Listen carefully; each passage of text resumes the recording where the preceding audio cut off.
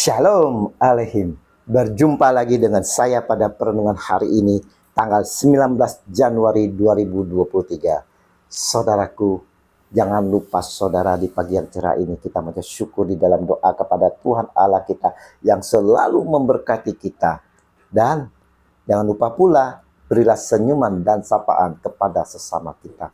Kita awali perenungan pagi hari ini dengan tanda kemenangan kita. Dalam nama Bapa dan Putra dan Roh Kudus. Amin. Kita dipilih untuk diutus. Bacaan liturgi hari ini diambil dari kitab pertama Samuel 24 ayat 3 sampai dengan 21 dan Injil Markus 3 ayat 13 sampai dengan 19.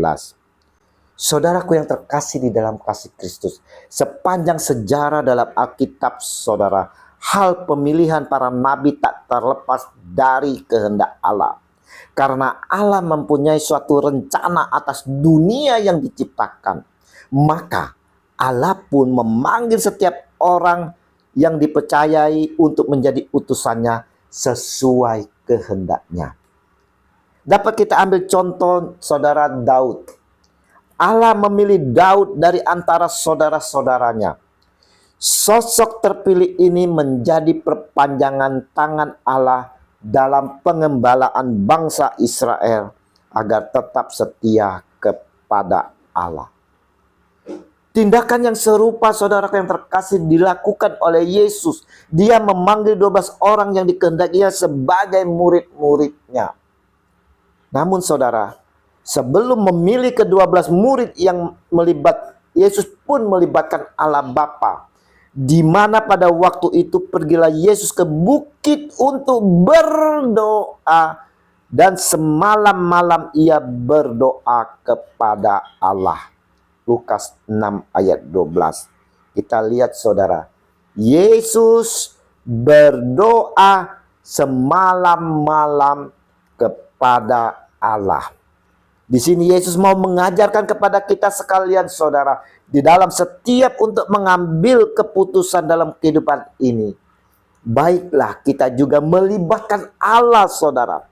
Kita mau meminta hikmat dari Allah, agar Allah melalui bimbingan dan tuntunan Roh Kudus, agar setiap keputusan yang kita ambil sesuai kehendak Allah, dan Allah sendiri akan memberkati. Kita melihat setiap panggilan Allah. Misalnya tadi Daud saudara. Juga murid-murid yang dipilih Yesus.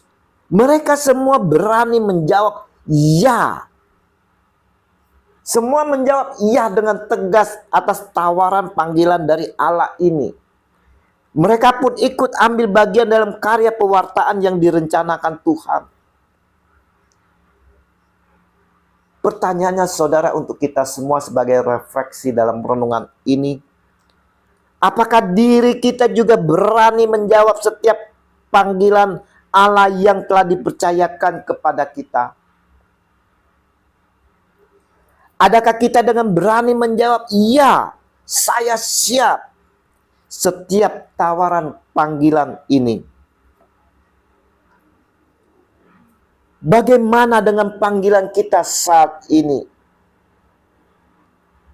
Sebagai suami, istri, apakah kita telah menjalaninya sesuai kehendak Allah? Sebagai anak, bagaimanakah kita bersikap pada orang tua, saudara, teman, guru? Sebagai guru, apakah kita telah menjalani sesuai kehendak Allah? Sebagai pendidik yang mengayomi, sebagai karyawan, pemimpin, dan lain sebagainya saudara. Itulah panggilan kita saudara. Kita semua adalah para murid Yesus yang telah dipilih, yang diberi mandat untuk bersaksi dan memberitakan kerajaan Allah. Mandat ini saudara, kita mulai dari orang terdekat kita, keluarga kita, pasangan kita, suami, istri kita, anak kita, kerabat, teman, orang sekitar kita. terutama kepada mereka yang terpinggirkan, mereka yang tertindas.